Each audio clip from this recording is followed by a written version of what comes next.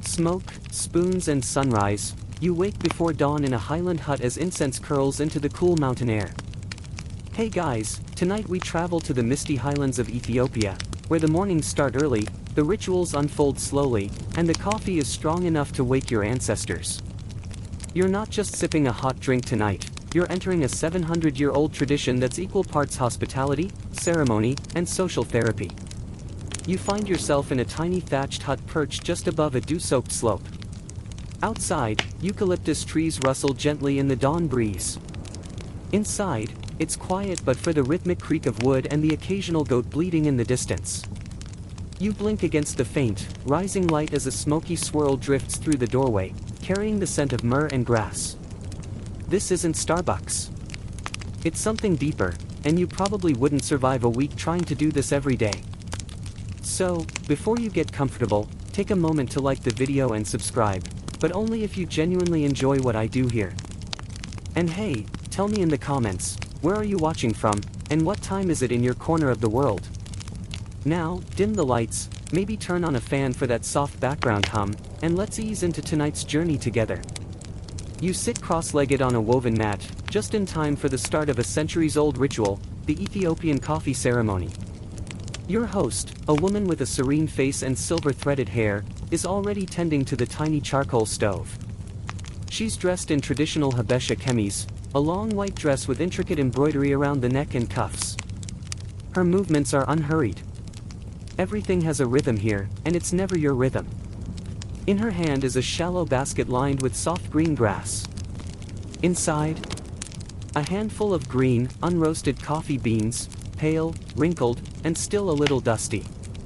They rattle softly as she tips them from side to side, inspecting each one like a jeweler examining stones. You're invited to smell them, raw, vegetal, a little nutty. Not what you expected. She holds the beans up to the light and tosses out any that look chipped or discolored. A child giggles somewhere nearby, probably because every guest is expected to pass the beans around and approve them, even if you haven't the faintest clue what to look for. You nod solemnly, pretending to know. Apparently, that counts. In Ethiopian households, the ceremony often begins at sunrise. Not because people are morning people, but because it sets the tone for the day. It's not just about coffee. It's about greeting the morning with intention. There's no takeout cup, no rushing out the door. Just warmth, conversation, and the slowly thickening aroma of roasting beans. Your host sets the beans aside and turns her attention to the charcoal. With a long-handled iron scoop, she stokes the coals until they glow red, then gently places a small iron pan on top. It's wide and flat, and older than your Airbnb. Now comes the incense. She drops a resinous chunk onto the edge of the charcoal stove, and instantly the air transforms. Frankincense and myrrh, heady and ancient, rise in ribbons, curling through the beams overhead. It's not just for the smell. According to custom, incense clears the space of bad energy, bad moods, and maybe even that lingering awkwardness from your dream last night. You inhale deeply, and already you feel it, something timeless, something slower. Here's a fun historical fact: Ethiopia is considered the birthplace of coffee. Legend has it a 9th century goat herd named Kaldi noticed his goats acting especially hyper after munching red berries off a certain bush. Curious, he tried them himself, and either danced joyfully or passed out cold, depending on who's telling the story. Historians still argue whether Kaldi ever existed, or if the legend was a later invention to romanticize an already remarkable being. But what they do agree on is this: by the 15th century, coffee cultivation and ritualized brewing were firmly rooted in Ethiopian life, especially among the Oromo and Amhara peoples. Back in the hut, the host begins to wash the green beans in a shallow clay bowl. The sound of water trickling over them is oddly soothing, like pebbles in a stream. She does this slowly, twice, until the dust is gone and the beans glisten with promise. You're asked to help. Your job? Fanning the coals gently with a hand-woven fan, more of a leaf, really. Not too hard, or you'll scatter ash everywhere. Not too soft, or the heat will die. Welcome to the ceremony. It's meditative, but also kind of a test. As she begins roasting the beans, the first hint of transformation hits your nose. Grassy turns nutty, then warm, then sweet, then something richer. The pan is shaken rhythmically. There's no timer, no thermometer. Just experience. Some families roast by ear. When the beans start to pop like popcorn, it's time to slow down. Others roast by scent, the sweet spot just before burnt. One quirky tidbit. In some villages, guests are expected to clap gently as the beans roast, a light, rhythmic sound meant to bless the process. You try it, awkwardly. No one seems to mind. The host finally lifts the pan and walks around the room, wafting the smoke toward each guest so everyone can appreciate the smell of the roast. It's intoxicating. You breathe in, and you're no longer just a visitor. You're part of the ceremony. She pours the roasted beans onto a woven mat to cool. They hiss softly against the air. The room fills with quiet anticipation, everyone knows what's next. As the smoke drifts higher into the rafters and the fire crackles, you realize something. This isn't just a sleepy little ritual. It's a centuries-old invitation. To slow down. To breathe. To exist in the moment with your hands smelling of grass and ash and coffee. And you're only just getting started. The beans are alive, you're handed raw, green coffee beans still fragrant from yesterday's market, but there's a catch. The roasted beans are cool enough to touch now, and your host gathers them in her palms like a precious offering. They're darker than before, glistening slightly, with little cracks across their surfaces, like tiny thunderbolts. The scent is deeper too. Less grassy now, more roasted walnut, smoky caramel, a trace of something almost chocolatey, but not quite. She pours them into a small clay bowl, then gestures to the corner of the room, where an object sits atop a low stool, the family's mukecha, a heavy, worn mortar made of dark wood, stained from years of use. Next to it, a matching zenazina, or pestle. You shuffle forward, a bit unsure. Everyone's watching. Grinding coffee here isn't done with sleek steel machines or buzzing blades. It's done with elbow grease and rhythm, passed down like a dance. Your host hands you the pestle with a knowing smile. It feels weighty, like a miniature tree trunk, and also like a test of your modern, espresso-loving metal. The first few taps are awkward. You strike too hard, beans fly. You go too soft, nothing breaks. Finally, with a little coaching from the grandmother in the back, who's probably secretly judging your technique, you find the rhythm, a tap, a press, a twist. The sound is satisfying, low and earthy. You fall into the pattern. Historians still argue whether the mortar and pestle method originated alongside coffee in Ethiopia or whether it was borrowed from older grain milling traditions. Either way, it stuck, and for good reason.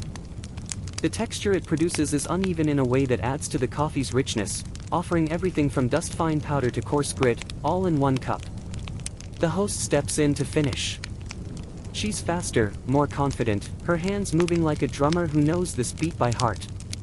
The bowl of ground coffee smells, well, intense. Like the kind of aroma that could wake you mid-coma. And here's something quirky. In some regions, people used to flavor the grounds with things like cardamom, cinnamon, or even dried rose petals. Not for sweetness, but to soften the mouthfeel, whatever that means. You spot a tiny woven pouch on a shelf filled with these secret ingredients, though today, your host opts for the classic approach. With the beans ground, attention shifts to the jabina, the traditional Ethiopian coffee pot. It's tall and curvy, made from black clay, with a wide base and long, slender neck. A little like a genie's bottle, if the genie were made of earth and smelled like toast. Your host rinses it carefully, warming it over the coals until it steams slightly. Into it, she spoons the freshly ground coffee, then adds water, measured by eye, not recipe. There's no French press, no drip, no single serve button. Just instinct. Now begins the long part. The pot is placed back over the glowing coals. You're told this part cannot be rushed. Which, if you've noticed, is kind of the unofficial motto of the whole ceremony. You're offered another small task, fanning the coals again, but this time slower. The goal isn't to raise the heat, but to maintain it. You watch tiny flames lick the base of the pot, and listen as the liquid begins to heat. Slowly. You wait. Everyone waits. Outside, the sun has fully risen now, bathing the room in a soft gold that glints off beaded necklaces and woven wall mats. Chickens cluck. A baby somewhere lets out a single, sleepy squeal. Life is waking up, one sound at a time. And yet, no one's in a hurry. You begin to understand something that history books rarely capture. Coffee, here, is not just a drink. It's a moment. A ritual. A gathering that holds memory and story. Each step, the washing, the roasting, the grinding, the brewing, is part of a larger, living thread that's been pulled through centuries and still holds tight. Some anthropologists believe the Ethiopian coffee ceremony is descended from older spiritual cleansing rituals, used not just to wake people, but to purify spaces and align social hierarchies. You wouldn't guess that now, sitting here next to a yawning toddler and a bowl of burnt popcorn, but the echoes are there. Your host peers into the neck of the jabina, checking for tiny bubbles that signal the coffee is nearly ready. She picks up a tiny straw broom and begins sweeping imaginary specks of ash from the mat. It's more of a performance than a cleaning, part of the ceremony's unspoken choreography. Here's a curious side note: in some rural communities, people believe that the coffee won't taste right if brewed by someone in a bad mood. So only the calmest, most centered person in the household is chosen to prepare it. Imagine the chaos that rule would cause in a modern office. Back in the hut, the jabina begins to emit the faintest burble. Not a boil, never a boil, but a soft hiss that signals the coffee is infused, strong, and just a few breaths from perfect. Your host removes it carefully and sets it down to rest. This part is critical. If you pour too soon, the grounds won't settle. If you wait too long, it cools. Timing, balance, and patience, that's the real recipe. While it rests, you're handed a small cloth to cover your lap. Why? No one tells you, but judging by the flecks of ash on your socks, it's probably for self-preservation. You catch someone murmuring "Bunadebo na, coffee is our bread." It's a common saying here. Not metaphorical. Literal. Coffee is nourishment. It's sustenance. Some days, it's the only thing on the table. And yet it's served with ceremony, never as an afterthought. The host rises with the jabina in hand, and everyone shifts forward, expectant. It's almost time for the first pour. Roasting by ear, you squat beside a flat pan and learn to roast beans by sound, not sight. The jabina is warm in your host's hands, and for a moment, just a breath, the whole room stills. It's not dramatic, not like in a movie, but the kind of silence that happens when something important is about to begin. The birds outside are still chirping, someone's quietly munching on roasted grains in the corner, but within this circle, there's a calm, shared pause. Then, with a graceful tilt, the first pour begins. Coffee flows in a thin, steady stream from the jabina's spout. Your host doesn't rush, she's aiming for consistency, for balance, for a pour so steady it could qualify for a slow-motion art film. Each cup is small, delicate, handleless, more like tiny bowls than mugs. And here's the fun part, she pours each cup without stopping the stream. No drips. No splashes. Just one unbroken thread of rich, dark liquid dancing through the air. You're handed a cup. This is abel, the first round of coffee in the Ethiopian ceremony. It's considered the strongest, most potent, and most symbolic. The word itself loosely translates to the beginning. You're about to find out why. You bring the cup to your lips, and instantly, the aroma hits you. Deep, earthy, slightly floral, almost like the air after a rainstorm, but with a hint of bitterness that says, "Wake up." You take a small sip. It's strong. Not triple shot of espresso, strong, but something different. Fuller. Rounder. The kind of strength that doesn't hit you in the forehead but seeps slowly through your ribs. One mainstream fact you might not know: Ethiopia has over 10,000 varieties of coffee plants, many of which still grow wild. That's more biodiversity than any coffee-producing country in the world. So, when you drink a cup of bunna here, you're not sipping a generic roast. You're tasting a strain of bean that may only grow on one hillside, in one village, tended by one family for generations. Your host smiles as she sees your reaction. There's no milk, no sugar. Not in the first round. The tradition is to taste the coffee in its full intensity, unsoftened. It's about presence. It's about respect. It's also, possibly, about testing your caffeine tolerance. You pass. Now that everyone has their first cup, the conversation picks up, but gently. You're not in a cafe. You're in a kind of communal therapy circle disguised as breakfast. The talk is soft, easy. No arguments, no politics. Just quiet updates, family gossip, dream retellings, and the occasional chuckle. You lean in as someone recounts their dream from last night, something about a lion in a field of wheat, which, naturally, means someone in the family is about to receive good news. Or a goat. Or both. Interpretations vary. Historians still debate how much the Ethiopian coffee ceremony is tied to earlier forms of dream interpretation and folk divination. Some argue that the ritual has always had a spiritual edge, a way to open the mind and heart through caffeine and storytelling. Others say that part developed later, as coffee houses became centers of communal gathering and quiet rebellion. Meanwhile, your cup is half empty. You cradle it gently, savoring the warmth in your hands. There's no pressure to finish quickly. In fact, drinking too fast might be considered a little rude, like checking your phone at a wedding. Another quirky custom, in some regions, especially among the Gurage people, a tiny slice of bread is offered with the first cup, symbolic of sharing fortune. You don't see bread today, but there's a bowl of kolo on the floor, roasted barley and chickpeas, salty, crunchy, and surprisingly addictive. You sneak a handful when no one's looking. As the cups are drained, your host gathers them quietly and prepares for the second round. But before that happens, she freshens the coals and adds another sliver of incense. This time, it's mixed with a sprig of tenadum, a fragrant herb said to ward off illness and misfortune. The room fills with a spicy, minty perfume that clears your head just as the caffeine starts to settle into your bones. Someone across the room asks where you're from. You tell them. They nod, offer a simple Nkwandena meta, welcome. You feel it. Not in the touristy sense, but like you've been folded gently into a tradition that doesn't rush or exclude. You're not just watching this ceremony, you're becoming part of its rhythm. And that rhythm is slow. Purposefully so. There's no rush to move on to the next cup. Time, here, is more like a blanket than a clock. It wraps around you, soft and warm. You settle deeper into your seat, legs stretched out. You notice the gentle swaying of eucalyptus branches just outside the open doorway, and a rooster pecking at something invisible near the fire pit.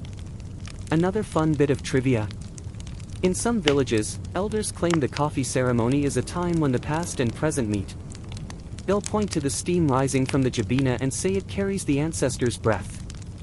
Whether symbolic or not, it adds another layer to the ritual's unspoken depth. Your host stands once more. Time for round 2. She rinses the jabina, adds more water, never more grounds, and sets it back on the coals. The second cup, called tana, will be milder, softer, easier. It's meant to nourish the spirit, not just the body. But that part, you'll have to experience in just a moment. For now, you watch the fire flicker, feel the caffeine hum under your skin, and listen to the murmur of voices all around you. There's magic here, and it's brewing slowly. The holy grinding stone, you discover the family's heirloom mortar has ground beans for 7 generations. The fire has settled into a mellow glow, like a heartbeat just below the surface. You hear the familiar whisper of the jabina warming again. It doesn't boil. It murmurs. A quiet hush, like someone about to tell you something important. This is the second round of the ceremony, tana. The second brew uses the same grounds, but with fresh water. It's gentler, more nuanced. Like the difference between shouting a secret and whispering it. After the bold wake-up call of Abel, tana is meant to settle the nerves, ease the mind, and open the space for deeper talk. It's less punchy, more poetic. Your host, moving with the same deliberate grace, begins to pour again. The coffee flows into the tiny cups in that steady, silent thread, still no drip, still no mess.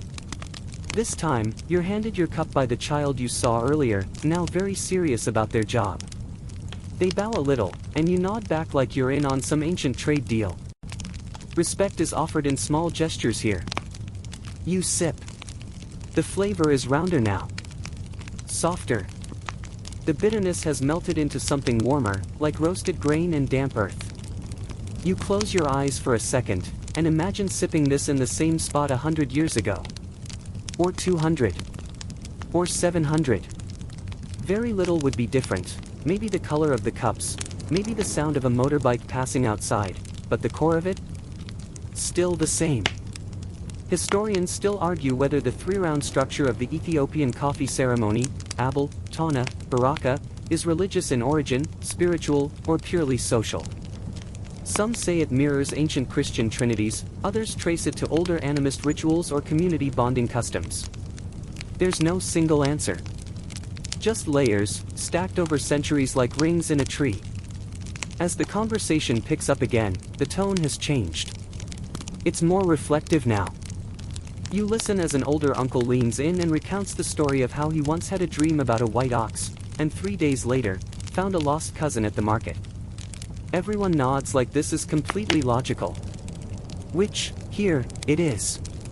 The second cup is also the moment when people start sharing what they've been holding in. Someone talks about their neighbor's wayward donkey. Someone else mentions that the corn isn't sprouting right this season. These might sound like small things, but you realize quickly, this is where burdens get aired. Quietly, collectively, over warm coffee. Here's a fringe tidbit for you. In some regions, especially rural Oromia, the Tana round is when omens are most often discussed. A crow flying east, a cracked water pot, a strange birthmark, all are up for interpretation. One woman at the edge of the group starts talking about a dream she had of boiling water and blooming trees. Your host nods thoughtfully, then responds with a single phrase, Gayawan Gariai.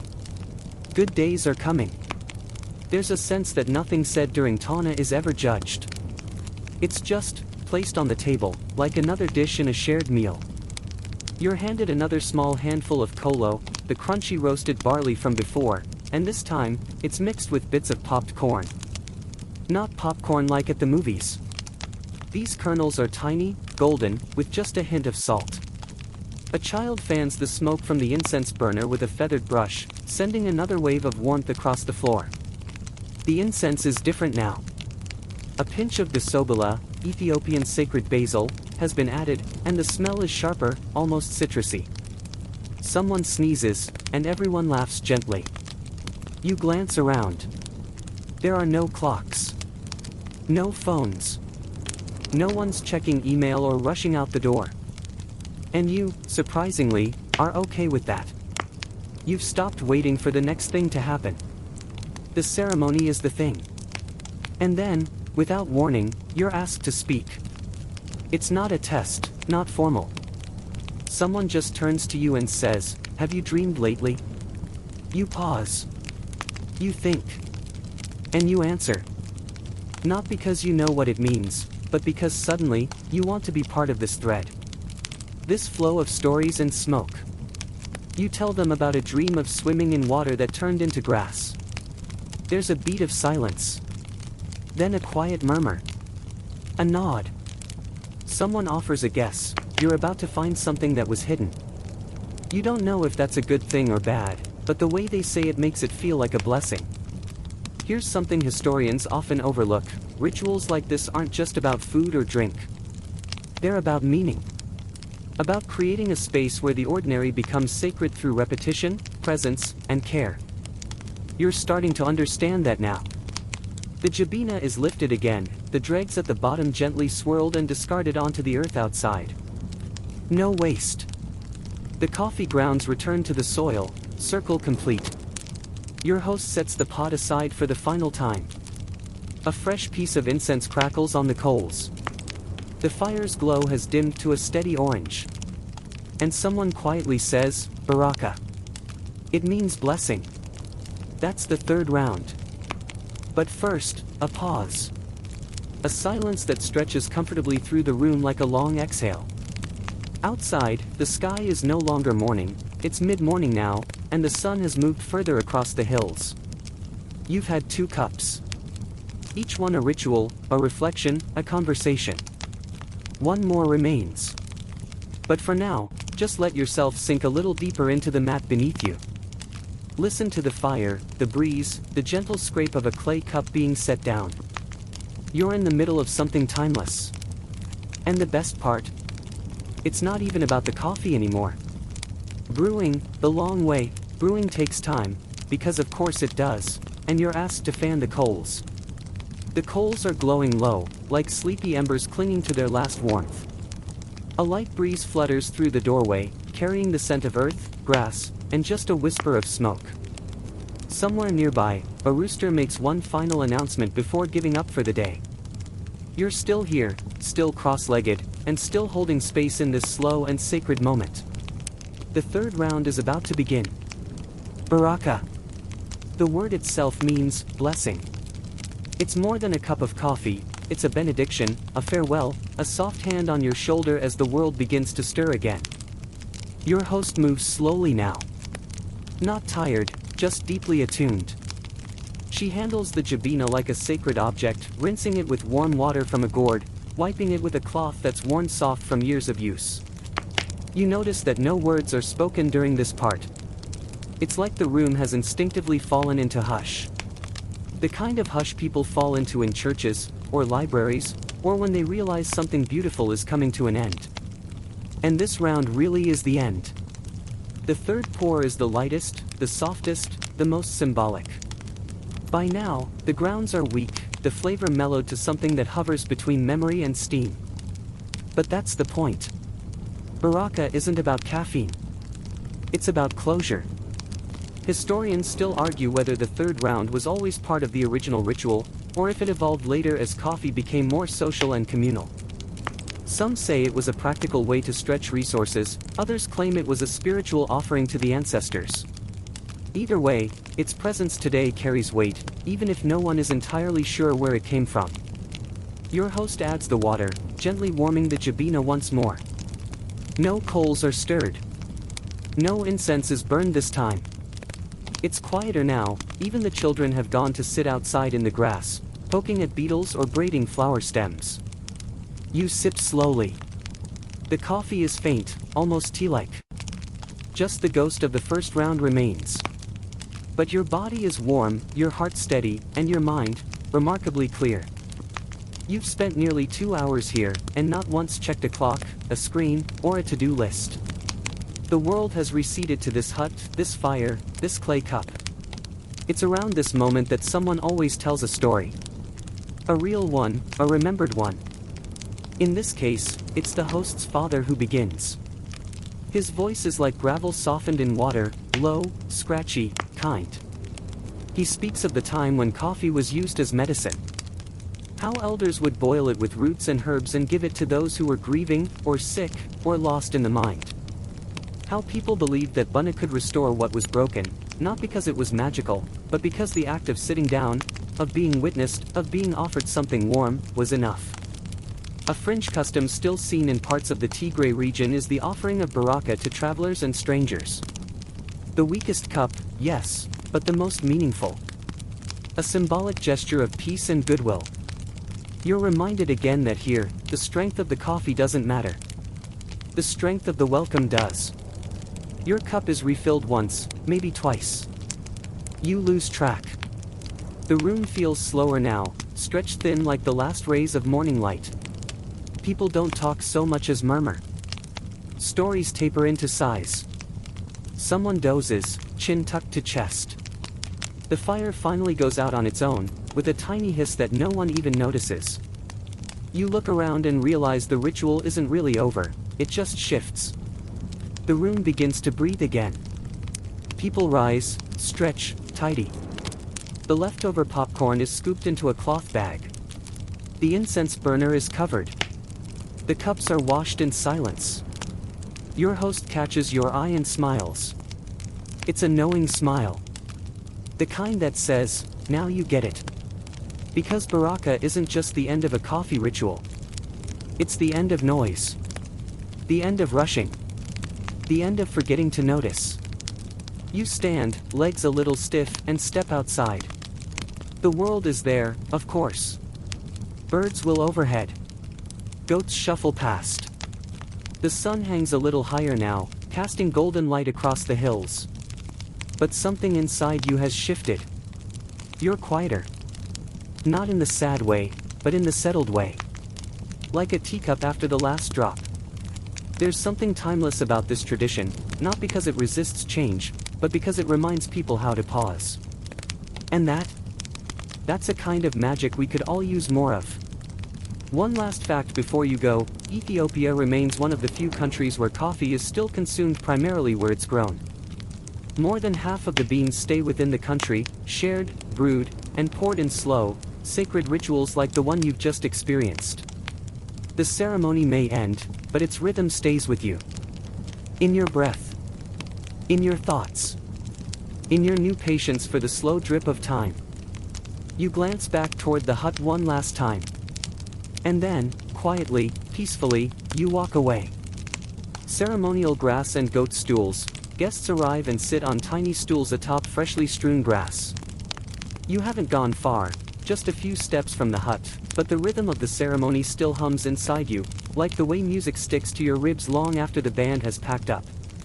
You find yourself drifting toward the seating circle again, only this time, you're not a guest. You're part of the background hum.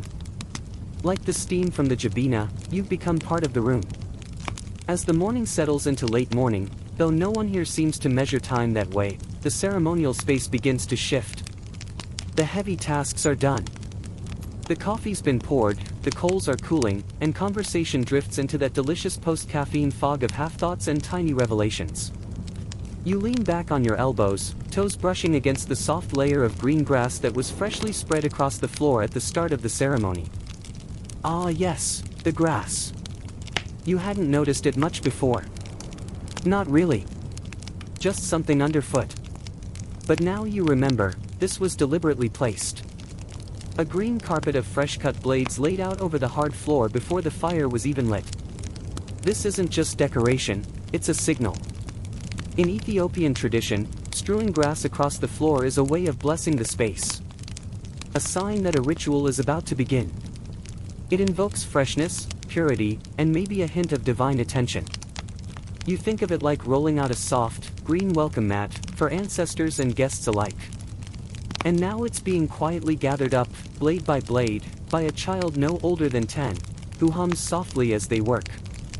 You watch, entranced, as they gather the wilted grass in their apron, fold it neatly, and carry it out like something sacred. Even the cleanup has grace. Scattered around the room are the berchuma, tiny stools made of wood, low to the ground, all slightly uneven from decades of use. You're not sure whether they're handmade or just ancient enough to be art by accident. Either way, they've supported the backsides of grandparents, great-grandparents, and probably that cousin who kept snoring through Tana. Some are painted, others carved with symbols you don't recognize. You try to sit on one now, cautiously. It creaks under your weight in a way that's not threatening, just honest. Like it's letting you know it's been around for a while and has no intention of going anywhere. Historians still debate whether these stools were originally part of religious gatherings or adapted later for secular hospitality. What's certain is they remain ubiquitous across rural and urban Ethiopia alike. And let's be honest, there's something humbling about sitting 6 inches off the floor while sipping from a cup the size of a thimble. In the center of the room, your host begins rearranging things for what looks like a casual post-ceremony debrief. There's no formal announcement. It just happens. People instinctively form a circle again, but this time the mood is looser. The coffee ceremony may be officially complete, but the conversations that follow are often just as essential. You overhear an argument, soft, of course, about who makes the best popcorn in the village. One woman claims she adds a touch of salt water to the oil. Another scoffs and says it's all about the kind of corn. A third quietly munches her share and offers no opinion, which somehow makes her the winner. And yes, in case you're wondering, popcorn is part of the traditional ceremony. Usually served during the second round, it's often roasted in a shallow pan over the same coals that brew the coffee. Why popcorn? Because it's warm, easy to make, and, strangely perfect alongside bitter coffee and wafting incense. Here's a delightful detail: in some regions, instead of popcorn, toasted barley or even dried fava beans are served. Once in a while, if you're really lucky, or if your host is showing off, you might get daifo dabo, a sweet, yeasted bread baked in banana leaves. But today, it's popcorn. Simple, salty, and comforting. Auntie, nobody knows her real name anymore, is now tending to the incense burner again. She's added something else to the mix. It smells unfamiliar, spicy but sweet, sharp but smooth. Maybe basil? Maybe rue?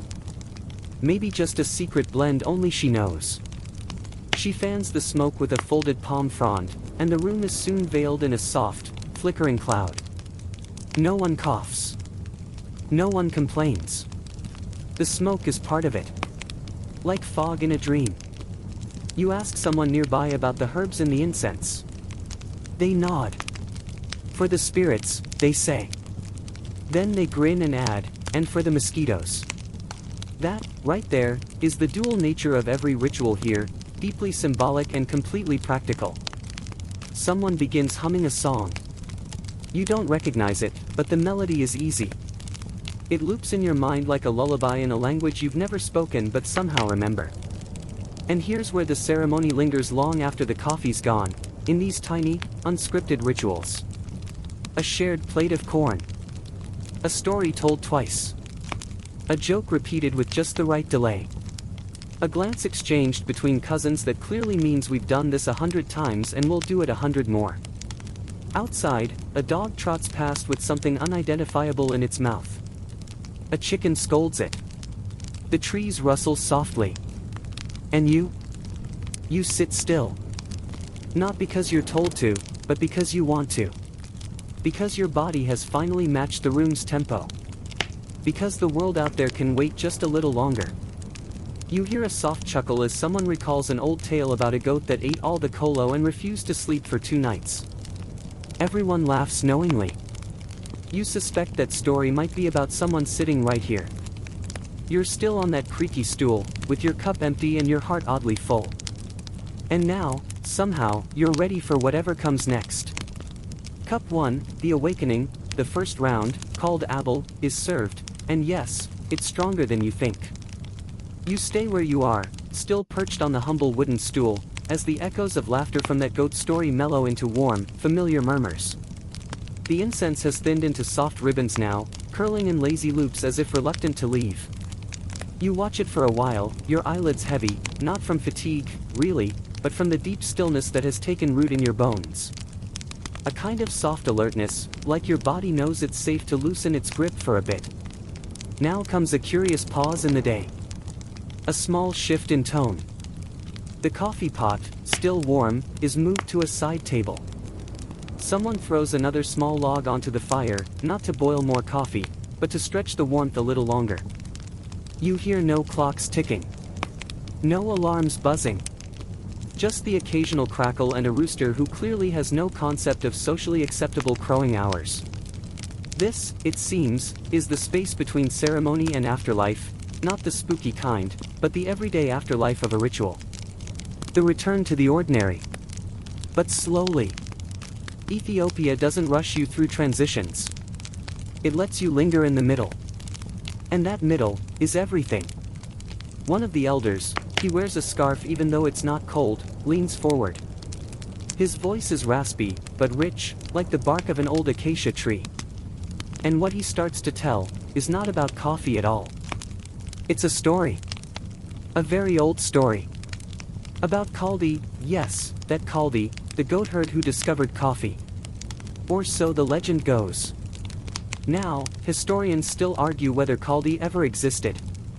Some suggest he's a product of oral folklore passed around to explain the near-mystical rise of coffee's power. Others insist that even if he wasn't real, the idea of Kaldi captures something important, that magic often begins with observation and a very jittery goat. Anyway, the tale is familiar, but told with fresh flair. You close your eyes and see it unfold like a shadow play on the back of your eyelids. Kaldi, a young herder in the highlands of Kaffa, notices his goats dancing, yes, dancing, after nibbling bright red berries from a particular shrub. Instead of assuming his goats have gone mad or joined a secret goat cult, Kaldi does the sensible thing: he eats the berries himself. Suddenly, he too feels the rush. A spark. A kind of jittery joy that keeps him awake through the night, wide-eyed and full of questionable ideas. He brings the berries to a local monastery, hoping the monks might make sense of it. At first, they dismiss the beans as sinful stimulants and throw them into the fire. But as they roast, the air fills with such an irresistible aroma that the monks reconsider, and eventually brew the first ever cup of coffee. And just like that, a global obsession is born. Now whether that's truth, myth, or somewhere deliciously in between, you don't care. The story works. It explains something bigger than facts. You smile, eyes still closed, and let your mind wander through that early monastery, imagining those monks half regretting their vow of silence as the caffeine hits their bloodstream for the first time. The elder finishes the tale, gives a small nod, and leans back like a man who's placed a final tile in a very old mosaic. A moment later, someone claps, just once. It's enough. Meanwhile, outside the hut, you hear the light sweep of a broom brushing the earth in slow arcs. It's a quiet signal: the afternoon approaches, and with it, the winding down of communal time. But here's the thing about Ethiopian coffee culture: it doesn't evaporate after the last sip. It lingers. It breathes. It evolves. You glance around and notice a woven basket near the door. Inside are dried coffee husks, known locally as kishir. These will later be brewed into a lighter drink, almost like herbal tea. It's gentler, slightly sweet, and often served to children or anyone who's already hit their coffee limit, so basically, nobody here. Still, it's a lovely gesture. A reminder that no part of the bean is wasted. Nothing is discarded casually. Even the husk gets its second act. Another curious detail: some households in rural Ethiopia dry their coffee beans on the rooftops. That's right, rooftop coffee. Spread out like sunbathing marbles, the beans absorb sunlight and gossip carried on the wind. You wonder if the beans learn anything from being so exposed. Probably more than most people on social media. At this point, someone pulls out a krar, a traditional 5 or 6-string lyre made from wood, animal hide, and deep patience. The strings are plucked gently, more rhythm than melody, and the sound that emerges is something between a heartbeat and a memory. You sway without realizing it. And right then, it occurs to you, this ceremony is not really about coffee. Not entirely. It's about presence. About drawing people inward while the outside world stays politely outside. The coffee is an excuse. The ritual is the reason. And the people? They are the gift. Just as you're sinking into that poetic revelation, someone offers you a tiny slice of bread, dark, slightly spiced, warm from somewhere nearby. You chew slowly. It's likely ambasha, a festive bread often spiced with cardamom and shaped into a large round wheel with decorative grooves. You've read about it before. The kind of bread that says, "We're not in a rush. Let's chew through this together." And you do. You chew. You listen. You breathe. The coffee pot may be cooling in the corner, but its story is just getting started. And so are you. Idle chatter and sacred sips, you join in hushed conversation that's half gossip, half quiet reverence. You lean back slightly, letting your shoulders rest against the simple, woven cushion behind you. The fire has settled into a quiet glow, all flame replaced by amber coals that seem to hum rather than burn. Someone gently pokes them with a stick, not to stir heat, but out of habit. The ritual may be done, but no one gets up just yet. No one wants to be the first to break the spell. Outside, the wind nudges a wooden shutter, and a child giggles far off, somewhere behind another cluster of eucalyptus trees. You don't know what caused the laughter, but it fits. It's a light punctuation mark in a very slow, beautiful sentence. Your attention is pulled back to the floor. A woman sits cross-legged, her fingers rhythmically untangling a skein of cotton thread. She's humming, not a tune you recognize, but something old. You feel like it's been hummed before fire ever met spark. And then she starts to speak, almost as if narrating aloud to herself, but loud enough for you to hear. She's recounting the story of Buna, coffee, not from a mythic lens this time, but through a woman's eyes. Her grandmother's, in fact.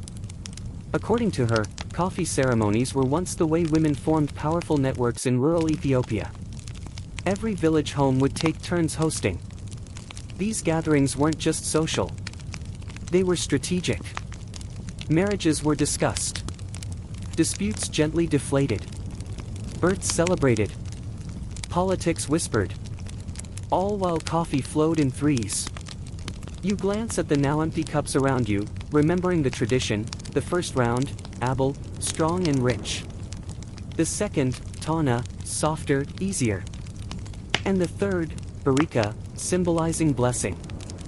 3 acts in one domestic play. Always 3. Like a slow exhale, stretched across an hour. What scholars still argue over, interestingly, is when this tripartite structure became codified. Was it ancient custom, or a more modern ritual layered on with time? Was it designed for pacing, or perhaps symbolic, past, present, future in liquid form? Nobody knows for sure. But here's what you do know, there's something oddly comforting about drinking a story in 3 sips. The woman's voice quiets again, and you sense she's done. Not with words, just with sharing them out loud. A silence follows, not awkward but thick, like bread dough waiting to rise. And then, someone finally moves. A young boy, not more than 10, scoots over with a bundle of green leaves and places them neatly into a shallow woven tray. You recognize this, caught. Or at least what it could be. But instead of chewing, the leaves are gently crushed and tossed into a pot of boiling water. This isn't recreational. It's medicinal. A local herb tea to settle the stomach after too much bana. You sip when offered. It's bitter, earthy, and oddly grounding. Like drinking the color moss. Around you, the hut has gone from vibrant storytelling arena to quiet recovery zone. Bodies lean. Eyes close. A few people have already stretched out on thin blankets or mats, their breathing soft and even. You look down at your own hands. Still holding warmth, as if memory has pooled there and doesn't want to evaporate. There's movement near the doorway. A man walks in carrying a carved wooden box. It's small, but intricate, each side etched with a different pattern, spirals, suns, birds. He sets it down and flips the lid, revealing rows of small, hand-labeled scrolls. Stories, poems, sayings. Each one written by someone in the village. He picks one at random, unrolls it carefully, and reads. The words are a mixture of Amharic and a local dialect, but you catch the mood even if not every word lands. It's about a girl who spilled coffee on her wedding dress, and how the stain never came out, but neither did her joy. She considered it a mark of luck. Everyone laughs, softly. The kind of laughter that doesn't need volume to carry weight. Afterwards, someone passes around a bowl of roasted barley mixed with a bit of salt and butter. A common snack. Crunchy and dry, but comforting. As you chew, the taste sits on your tongue like a memory of breakfast in a place that never needed cereal boxes. Then, something strange, almost eerie. A soft, rhythmic tapping begins outside. Not rain. Not footsteps. Drums. Very faint at first, then clearer. You step outside instinctively, drawn toward the sound, and see a group of teenagers, barefoot and focused, practicing a kind of circle dance. They're not performing for anyone in particular. Just muscle memory and joy. Each footfall lands in sync with the others, yet every dancer moves slightly differently. The same rhythm, different voices. You stay quiet, watchful. No one seems to mind your presence. In fact, someone hands you a bundle of leaves. Not to eat or chew, but to hold. Just to be included. You stand there for a long while, part oddly full, eyes trailing the dancers as dusk begins to nibble at the corners of the sky. And all around you, the land continues its slow rotation toward nightfall. Trees sway. Insects drone. Smoke lingers like perfume on the edges of your clothing. It's here you realize, the coffee ritual is only a seed. What blooms afterward, community, memory, shared breath, is the real ceremony. And you? You've been adopted into it, without needing to earn your place. You walk back inside. The coals are now just ghosts of fire. You wrap yourself in a thin shawl someone left near your seat. And for a moment, you don't want to fall asleep, not because you're not tired, but because waking from this might make it vanish. But sleep, like coffee, is better when shared with trust. So you close your eyes. And let the hush take you. Cup 2, the blessing, the second round, Tana, sparks tales of ancestors, omens, and strangely accurate dreams. You wake, not with a start, but with a soft recalibration. You're still sitting where you were, only now your legs have gone a bit numb and the sky outside has deepened into full velvet. No stars yet. Just that inky stretch between dusk and darkness.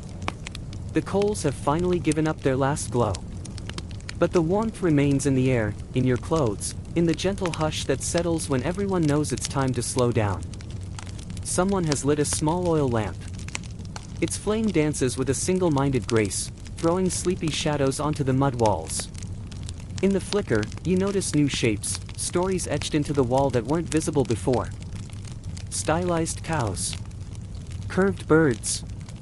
Little spirals that may mean rain, or time, or something even older. A girl nearby sees you staring and grins. They're not real symbols, she whispers, just things my uncle likes to draw when he's bored. Then she pauses. Or maybe they are symbols. He never tells us. You chuckle, because that's a very Ethiopian answer, truth is rarely binary here. The conversation drifts toward how far coffee has traveled. The ceremony you just witnessed, so rooted in village life, is now replicated in cafes in Addis Ababa and beyond. Even some high-end coffee shops in New York and Tokyo try their hand at it. Small incense burners. Traditional cups. Soft lighting. The whole thing. But it's not the same. You can recreate the ingredients, sure. Even copy the motions. But the pause, the deliberate time stretching that defines this ritual, doesn't quite translate. You can't rush something designed to slow you down. And you remember a fringe historical theory you read once, that coffee ceremonies evolved as a cultural counterweight to hardship. A way to defy time, even poverty. No matter what the day brought, there was always this slow, sacred space to return to. A rebellion against speed. Historians still argue whether this was an intentional act of resistance or simply a survival tactic dressed in ritual. But maybe that debate misses the point. Rituals don't always begin with meaning. Sometimes, the meaning arrives because the ritual stays. And oh, how it has stayed. You stretch your legs and wander outside again. The teenage dancers have dispersed, replaced by a group of elders sitting beneath a wide fig tree. They're playing a quiet game involving pebbles and lines drawn in dirt. You watch for a while, pretending you understand the rules. They pretend not to notice you. One of them, an old man with a face like cracked leather and a deep green shawl, finally waves you over. He asks you to sit, offers a piece of dried fruit, dark, chewy, tart. Maybe fig, maybe something you've never tasted before. It jolts your tongue awake, just enough. He speaks slowly, as if weighing every word. He tells you that coffee once saved a kingdom. You raise an eyebrow. He nods, pleased you're skeptical. According to him, during the 15th century, a local king, unnamed, naturally, was losing favor. His soldiers were tired. His people were restless. Then, a local monk introduced the coffee plant, claiming it came in a dream. The monk taught the king's cooks how to roast the beans over fire and brew the drink properly. The king gave it to his soldiers before battle. The troops felt energized, almost blessed. The rebellion crumbled. The kingdom held. True, the old man asks himself aloud. Maybe. Maybe not. But it's a good story. And then, because no detail in Ethiopia ever exists without at least one layer of mystery, he adds, some say the monk was a trickster.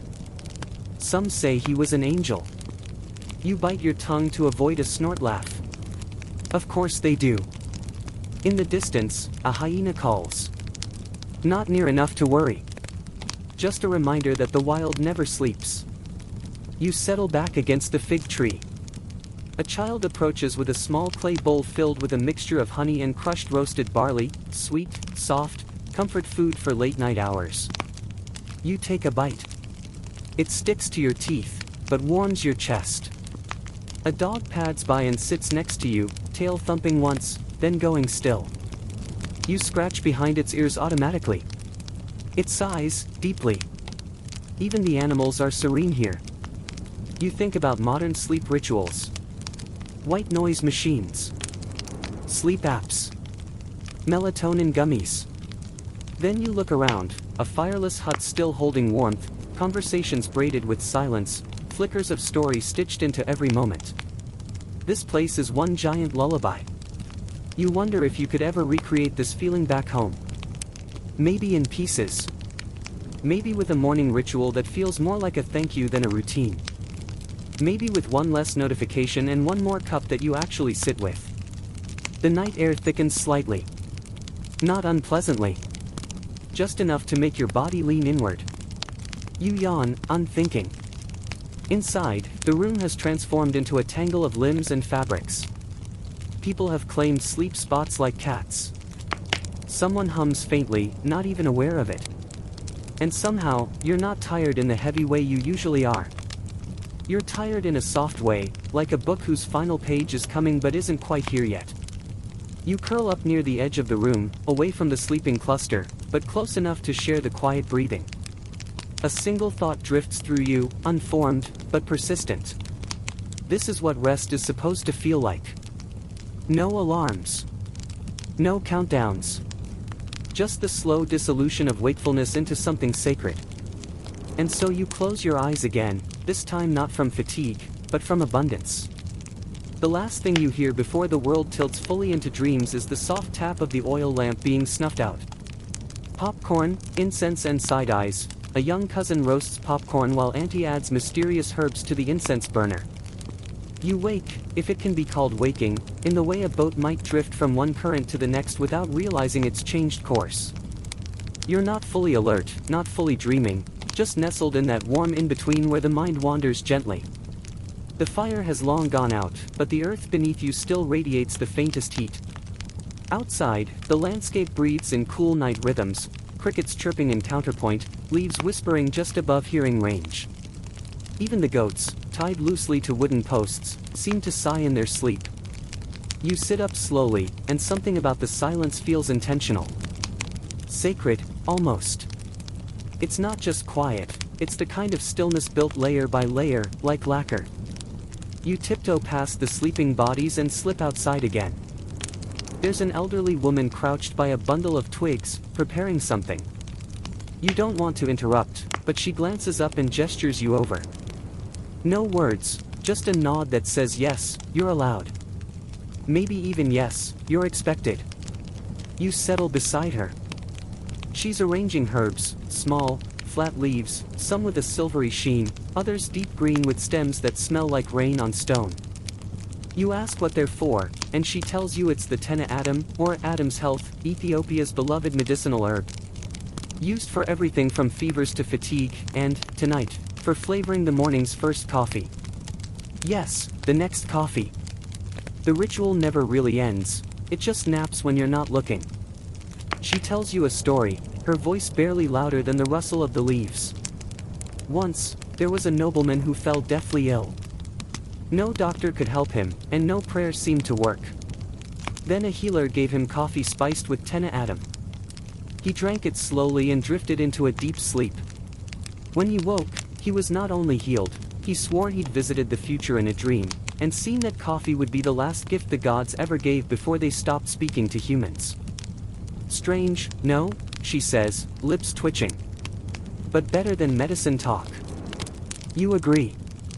Wild stories beat dry science every time, especially after midnight. From behind the trees, you hear laughter, low, casual. A few young men are weaving through the field, carrying long sticks and speaking in rhythmic turns. Stick fighting practice. Not for violence, but tradition. Almost like fencing and freestyle rapping had a baby. You follow from a distance. Their footwork is graceful, like dancing. When one of them spots you, he tosses you a short stick, beckoning. You raise your eyebrows. You want me to what now?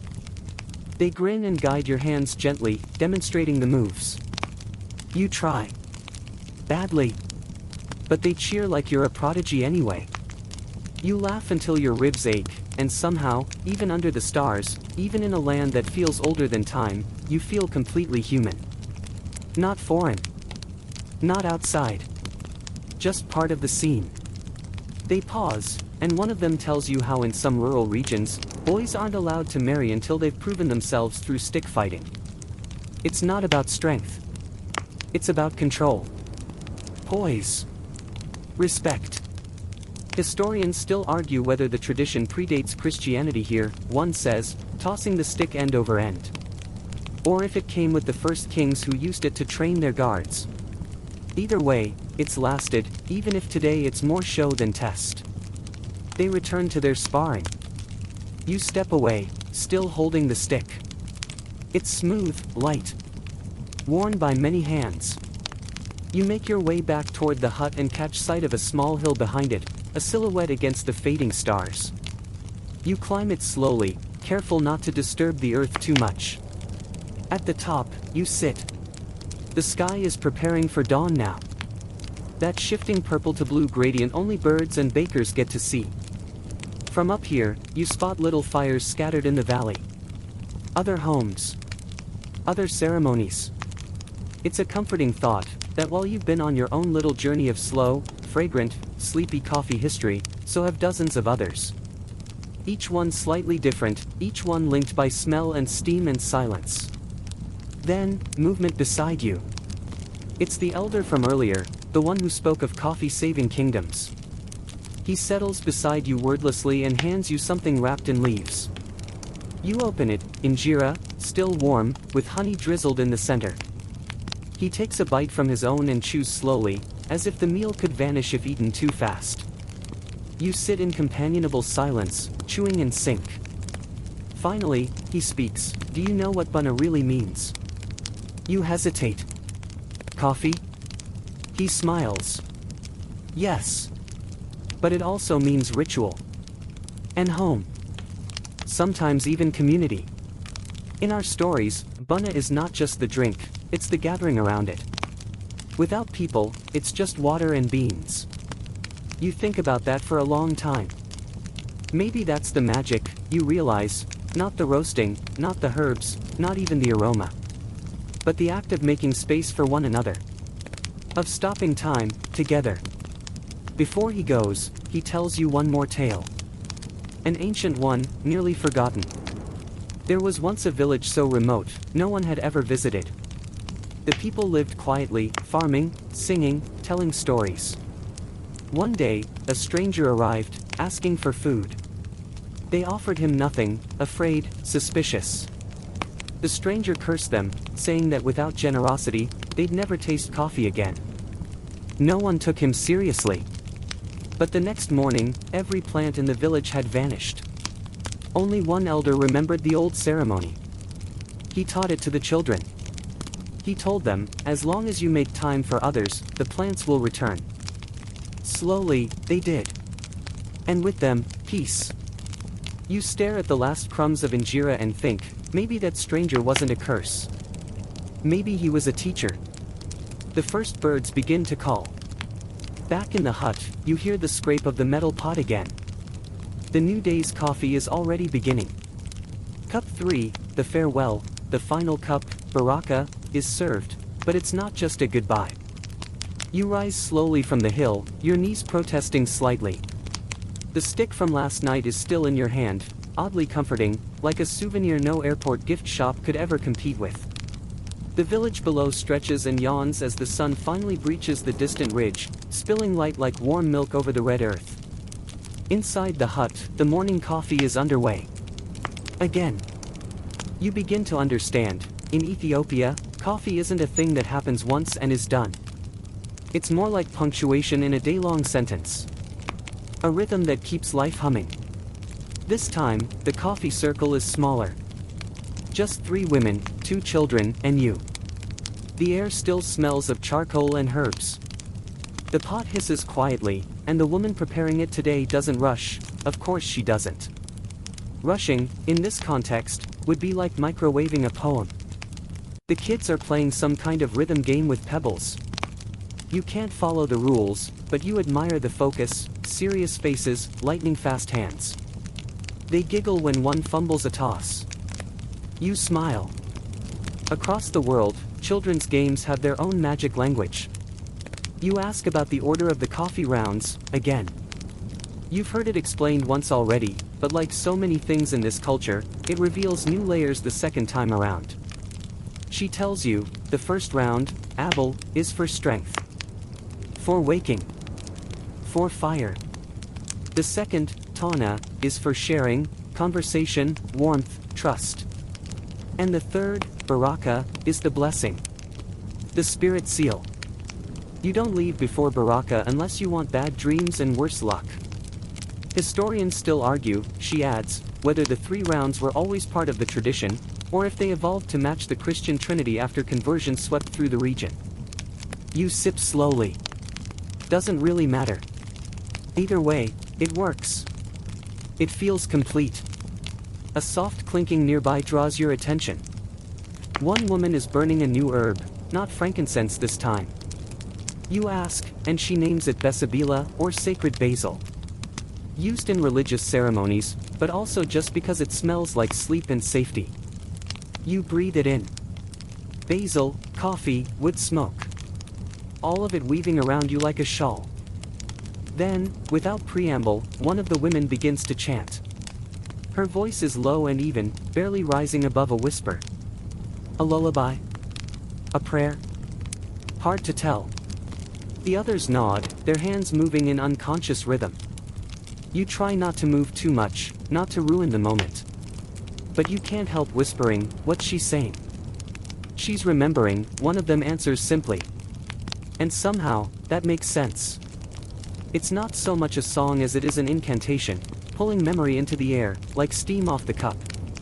The coffee is poured, again in those small, handleless cups. Your fingers remember their warmth now.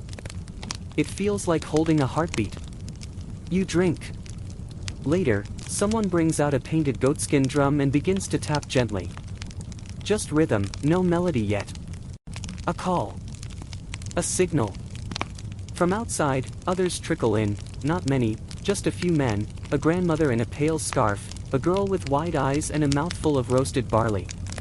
They settle into the circle like they've always been here. Then the clapping starts. Slow, deliberate, like hands echoing the beat of feet that haven't yet danced. You glance around, but no one stands. It's not time yet. First, someone tells a story. A man with a beard like steel wool clears his throat. He says, there was once a king who believed coffee made him invincible. The circle leans in, already amused. He drank it morning, noon, and night. Wouldn't even take water on battle days. You chuckle, because of course he wouldn't. But one day, he met a woman who refused to serve it to him. Gasps. She said, you have drunk too much. Your ears are loud, but your heart is dry. You're not sure what that means, but the group seems to approve. He continues, he banished her. For 7 years, no one spoke her name. Then one day, he lost a battle. Badly. And do you know what his last word was? They all answer at once, coffee. The man grins. Historians still argue whether the story is real, or if it's just a parable told by mothers to keep their sons humble. Either way, it lands. The clapping resumes. Someone finally stands. A boy, not yet 15, raises his arms. The circle responds by increasing the tempo. He begins to move. Not fast. Not theatrical. Just deliberate, rooted, like he's dancing through a fog. His shoulders roll. His feet barely lift. But the energy is there. Grounded. Another joins. Then another. Soon, it's a spiral of movement. No big gestures, just synchronized sway, hips leading, shoulders accenting. Coffee in motion. You sit and let your eyes blur slightly, letting the shapes soften, the movement become texture. Like watching leaves sway in wind, or fire flicker in a darkened room. You wonder, how many generations have moved exactly like this? One of the elders leans toward you and murmurs, "You don't have to dance. But you do have to feel it." You nod. You do feel it. The coffee is served again, baraka this time. The final round. You cradle the cup in both hands, not for warmth now, but reverence. The liquid is darker, thicker somehow. It tastes like endings. Like affirmations. You sip and realize you're not sleepy, but deeply, bone-level relaxed. Like your cells have exhaled. Someone lights another curl of incense. This one smells unfamiliar, but rich. The elder tells you it's myrrh. Not just for burial, he laughs. Sometimes we use it when a baby is born. Because new beginnings smell like old endings. That lands deep. You file it away. As the group finishes the final drops, there's no applause, no signal. Just a gradual dispersal, like mist in sunlight. You stay seated, holding your empty cup. And though no one says it, you know, you've completed the circle. The coffee spirit, you learn how bunna isn't just a drink, it's believed to have a soul. You sit quietly, cup in hand, long after most have left. The last wisps of myrrh cling to the corners of the hut like forgotten whispers. A faint breeze stirs the woven curtains, just enough to remind you there's a world beyond this moment. But you're in no hurry to rejoin it. Eventually, the host returns, not to rush you out, but to refill the charcoal.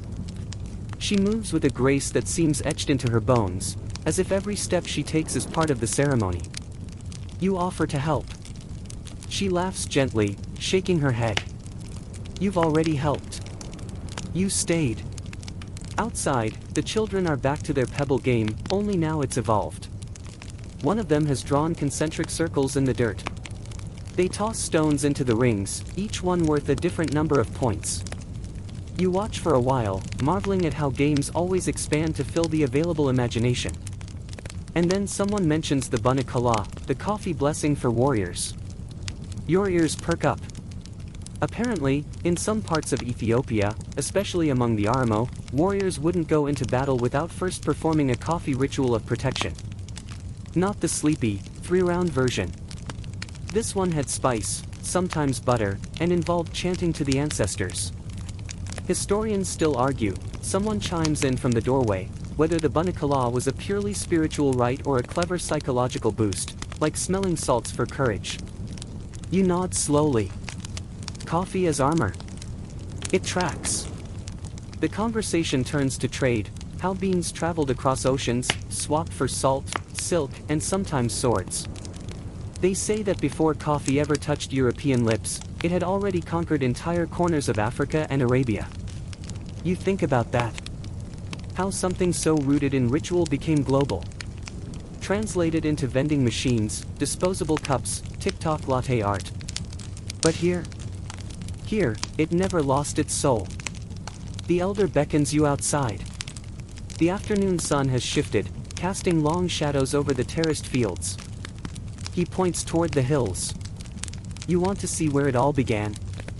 Of course you do. You hike again, barefoot this time, shoes slung lazily over your shoulder. The earth is soft and forgiving beneath your feet, warm from the sun, cool where the grass grows thick. As you climb, he tells you stories. Of Kaldi, the legendary goat herder who noticed his animals dancing after nibbling bright red berries. You've heard this before, back in section 2, but now you hear it differently. Not as folklore, but as lineage. He points out wild coffee bushes growing near the path. You lean close. The leaves are waxy, the cherries a brilliant red. He plucks one, splits it with a practiced thumb, and shows you the bean inside, twin seeds, nestled like secret thoughts. You chew one. It's bitter. Intense. Nothing like the roasted version. But somehow, more alive. Every bean has a twin, he says. Even when it grows alone. You raise an eyebrow. He shrugs.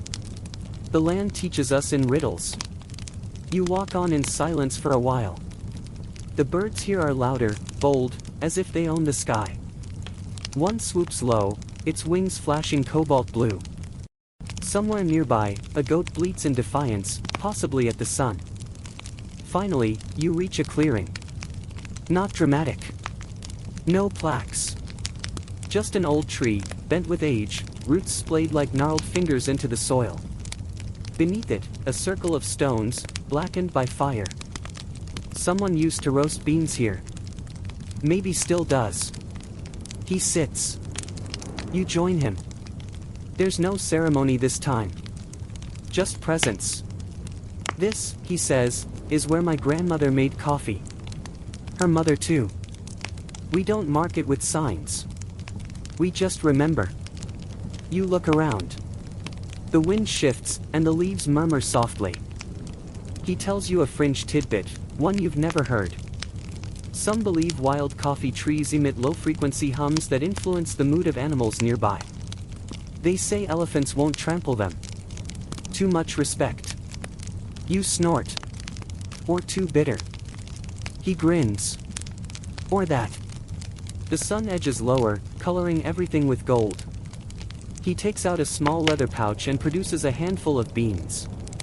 Already roasted. Dry, almost silvery with age. Just for the scent, he says, cracking one open and letting the aroma drift. You close your eyes. It's not just coffee. It's the smell of patience, of memory, of something bigger than time. There's no cup, no pour, no clinking. But somehow, this might be the most sacred round yet. He tells one final tale. This one about a queen who outlawed coffee in her palace, said it made her dreams too vivid. But every night, she crept into the kitchens to inhale the steam, just once, just long enough to taste the edges of sleep. Historians still argue if she was real, he says. Or just a dream herself. You laugh quietly. Maybe both. The breeze rises. The tree sways. You lean back on your elbows, eyes half closed, and let the land hold you. You've walked through rituals, legends, debates, and dance. You've tasted, listened, watched. And now, you simply are. The elder doesn't say goodbye. He just taps the earth beside him once and stands, fading into the path like he was never quite separate from it. You stay a little longer. The sky bruises purple. Somewhere far below, someone strikes the drum again. And this time, it echoes. Village rivalries and bean envy, an elder spills the beans, figuratively, about that one village that always overroasts. By the time you make your way back down the hillside, the village is cloaked in a soft velvet dusk. The smells have shifted, from roasted beans and incense to something more domestic. Lentils, maybe. Warm injera. The kind of smells that let you know someone's home and the day is drawing to a close. A child runs past you barefoot, dragging a stick behind them like a sword, slashing invisible dragons. Another one follows with a piece of flatbread clenched between their teeth, arms out like wings. The war cry. Laughter. Back in the ceremonial space, the last embers are glowing under a fine dusting of ash. The jabina sits cooling, tucked beneath a thin cloth like it's gone to bed early. You slip into your usual spot, and nobody needs to ask why you're here again. You belong now, at least for tonight. The host, now dressed in a thicker shawl for the cooling night, brings out a fresh handful of green beans. You blink, surprised. Another round? She smiles. This one's not for taste. It's for dreams. You nod slowly. The dream round. It's not universal, not practiced everywhere. But in certain families, especially in more remote regions, it's believed that coffee shared after nightfall helps with protective visions. Grandmothers whisper about it shaping the dreamscape, guiding you through your subconscious like a compass through fog. Historians still argue, someone murmurs from the shadows, whether the dream round was ever widely practiced or if it's more of a poetic footnote. But poetry has a habit of being truer than fact. The process is slower this time. Everything is. The beans roast until they're not just dark, but almost glistening. The grind is finer. The water cooler, poured more delicately. Each step deliberate, like the ceremony is tiptoeing through its own memories. You sip, and the flavor is different. Slightly sweet. The host added a touch of cardamom, maybe honey. Not to change the tradition, but to bless it. Someone recites a prayer in a language you don't understand. You catch only the rhythm, the cadence like footsteps climbing a hill. You close your eyes, and it feels like the prayer's not being said, it's being poured. They say if you drink too fast, the dreams will tangle. So you sip slowly. The conversation turns again, lazily orbiting topics as the stars peek out one by one. Someone speaks of Bunatabit, a little-known variation of the coffee ritual done in secret by underground Christian sects during times of persecution. Coffee was not just nourishment, it was disguise. A way to gather, to pray, to remember, without drawing suspicion. One voice, hoarse and older than the rest, tells of a family that used to carve prayers into the underside of their coffee trays. So every pour was made over hope. Over fear. Over words no one else could see. You trace the wooden table beside you, wondering what's hidden beneath the surface. The fire cracks, sending a flutter of sparks into the cool air. They rise like thoughts released. Someone's hand brushes yours accidentally. You both smile but say nothing. Not everything here needs to be spoken. You lean back, let your gaze drift upward. The stars here don't blink, they burn. No light pollution, no planes humming overhead, just the vast hush of sky. You try to find familiar constellations but end up inventing your own. That one looks like a coffee leaf. That one? A jabina tipping forward, mid-pour. A boy starts humming, soft and tuneless. Someone else joins in, tapping fingers on a wooden bowl. Before long, there's a sleepy kind of rhythm moving through the group, part lullaby, part heartbeat. It's not a performance.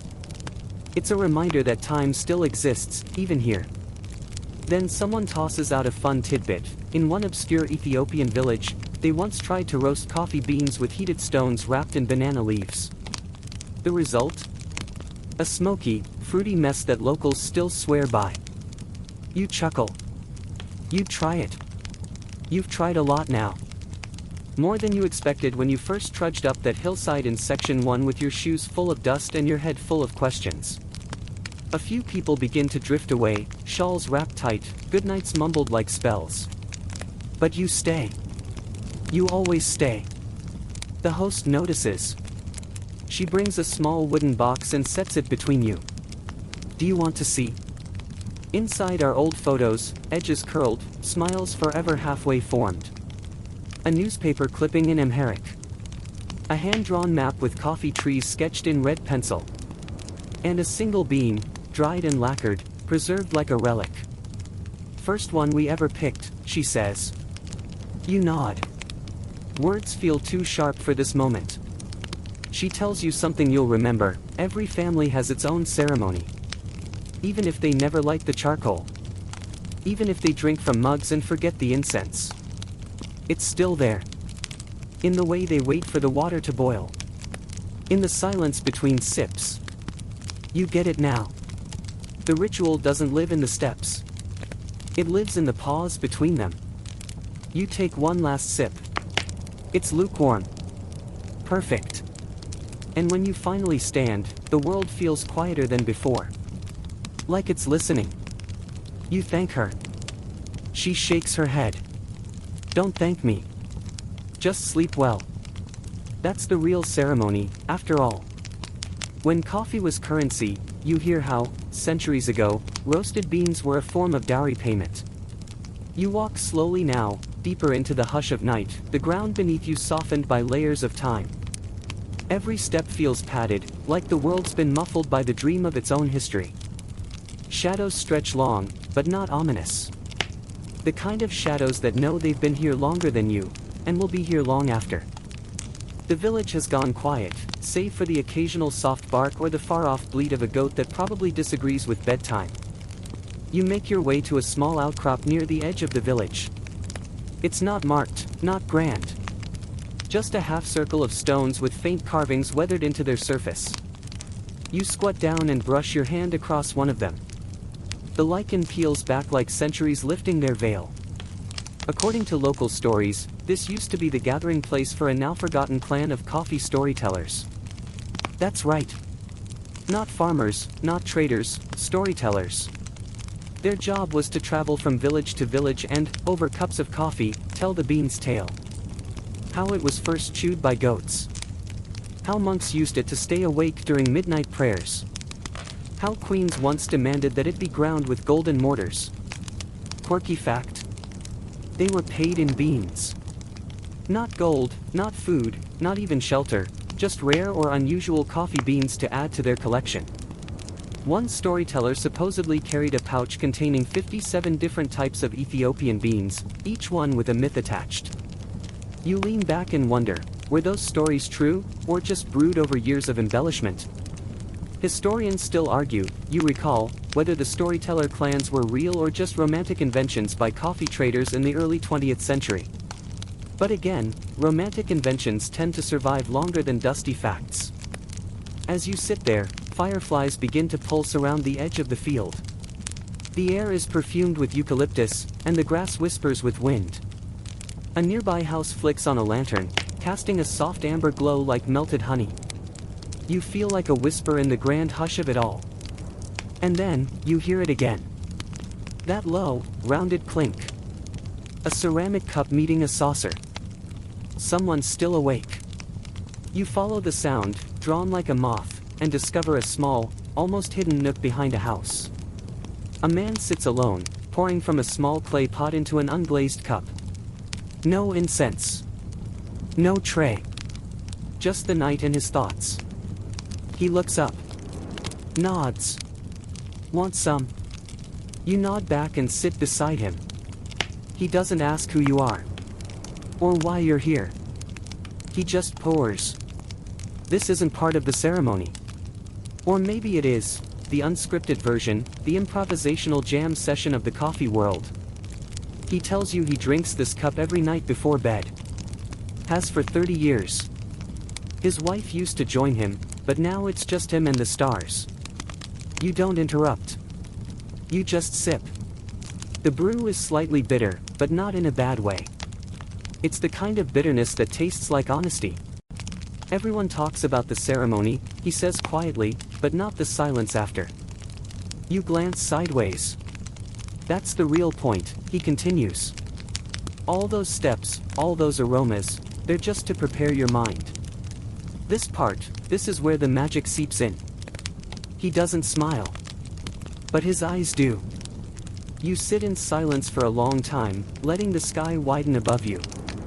A meteor slashes across the blackness and disappears like a secret told too quickly. Neither of you comment on it. You know the ceremony began hours ago, but this feels like its final, secret act. A private encore for those who stayed long enough to hear the silence sing. He eventually stands, pats his knees, and turns toward home. Don't forget to sleep, he says with a wink. That's the final step. You chuckle under your breath. You hadn't even noticed how heavy your eyes had become. You stay for a few more minutes, finishing the last sips, letting the warmth sit in your chest like a nightlight. You're not ready to sleep yet, but you're close. The man's words echo, this part is where the magic seeps in. You wonder how many cups of coffee have been drunk under this same stretch of stars. How many unspoken hopes swirled with the steam. How many stories, like this one, began with a bean and ended in a breath. You rise, stretching your limbs gently. Your feet follow a worn path as your body hums with tiredness, not the kind you fight, but the kind you welcome. Just before you turn in for the night, you pass one last house. Through a sliver in the wall, you see a small group of children gathered around their grandmother. She's roasting beans, not for a ceremony, but just to flavor the house. A kind of natural incense. She tosses a pinch of salt into the fire. You pause. That wasn't in the earlier ceremonies. But she whispers, "Salt keeps the ancestors listening." You nod as if she said it to you. The smell lingers long after the fire dims. Salty, sweet, smoky. Like a memory. Still brewing, 700 years on, the fire dies, but the ritual continues, passed down, unchanged, for generations. You move slowly now, each step carried by the weight of stories, the night, and the faint hum of caffeine that feels more spiritual than chemical. The stars are still out, though they're blurrier now, your eyes not quite sharp, your thoughts wrapped in velvet. You're not in a rush. You never really were. The village is asleep, but your mind stays gently alert, like a candle wick just barely glowing. You retrace your path, this time not through events, but impressions. Sounds. Aromas. Echoes. As you cross the village square, a single memory surfaces, the very beginning, when the young girl fanned the roasting beans with an almost ritualistic rhythm. You didn't know then how far this would go, how many layers the ceremony held. How each small detail was a doorway to something else. You look down at your hands. They still faintly smell like coffee and incense. Smoke and eucalyptus. Maybe even a hint of that salt. You stop at a stone bench under an acacia tree, the kind whose branches seem to cradle the moonlight. Sitting here, you think of all the elements woven into this tradition, the fire, the water, the clay, the bean, the human hand. Each part humble on its own, but together. A centuries-old performance. Quirky fact, some elders believe if you fall asleep right after coffee, your dreams will reveal who you were in a past life. Which sounds like a solid loophole for time travel. You lean your head back. The stars above flicker lazily. The tree creaks once, like it's stretching. Behind you, the last ember in a distant brazier dims to black. You think about how this ceremony is less about the drink, and more about slowing down. About making space. About offering time. Time to feel. Time to notice. Time to be. A final scholarly murmur drifts through your thoughts, how some argue that the coffee ceremony evolved not just as a social tool, but as a cultural safeguard. A way to preserve memory when few had books. When most stories were passed mouth to mouth, cup to cup. You understand that now. You've walked the smoke paths. Touched the soot-darkened kettles. Followed the aroma trail across 700 years. And still, something about it feels unfinished. But not in a bad way. You stand again, slowly, like the closing of a book. The sky is lighter now. A gray bloom edging out the night. Somewhere, a rooster clears his throat and thinks better of it. Too early. You smile. Your bed awaits, though honestly, the line between dreaming and waking feels thin at this point. Like a curtain you could slip through without really trying. You take one last breath of the Ethiopian air, damp earth, old stories, morning dew. And then you walk away, softer than when you arrived. As the first bird sings, you let go of the night's long steam trail. And now, the ceremony is complete. There's no more roasting, no more pouring. Just a hush settling over you like warm fabric. Your body feels heavier in the best possible way, as if the story itself has draped over your shoulders, thick and comforting. Let your breath slow now. In and out. No need to hold on to anything. Not even the memory of the coffee. Just the sensation it left behind, a glow in your chest, a softness behind your eyes, and the deep, slow rhythm of peace setting in. You've walked through a village that never rushes, that doesn't need clocks to measure meaning. You've sat with strangers who offered no explanations, only presence. And you've learned, quietly, that sometimes the most sacred rituals involve nothing more than paying attention. There's no need to stay awake anymore. Let the last grains of sound fade. Let the stories curl up in the corners of your mind like cats settling down for the night. No drama. No cliffhangers. Just stillness. You're safe here. You're wrapped in 7 centuries of slow, deliberate care. Let the stars go out behind your eyelids. Let the fan's hum become the only sound. Let your limbs melt into the mattress. The ceremony has ended. The silence after is yours to keep. Sleep well.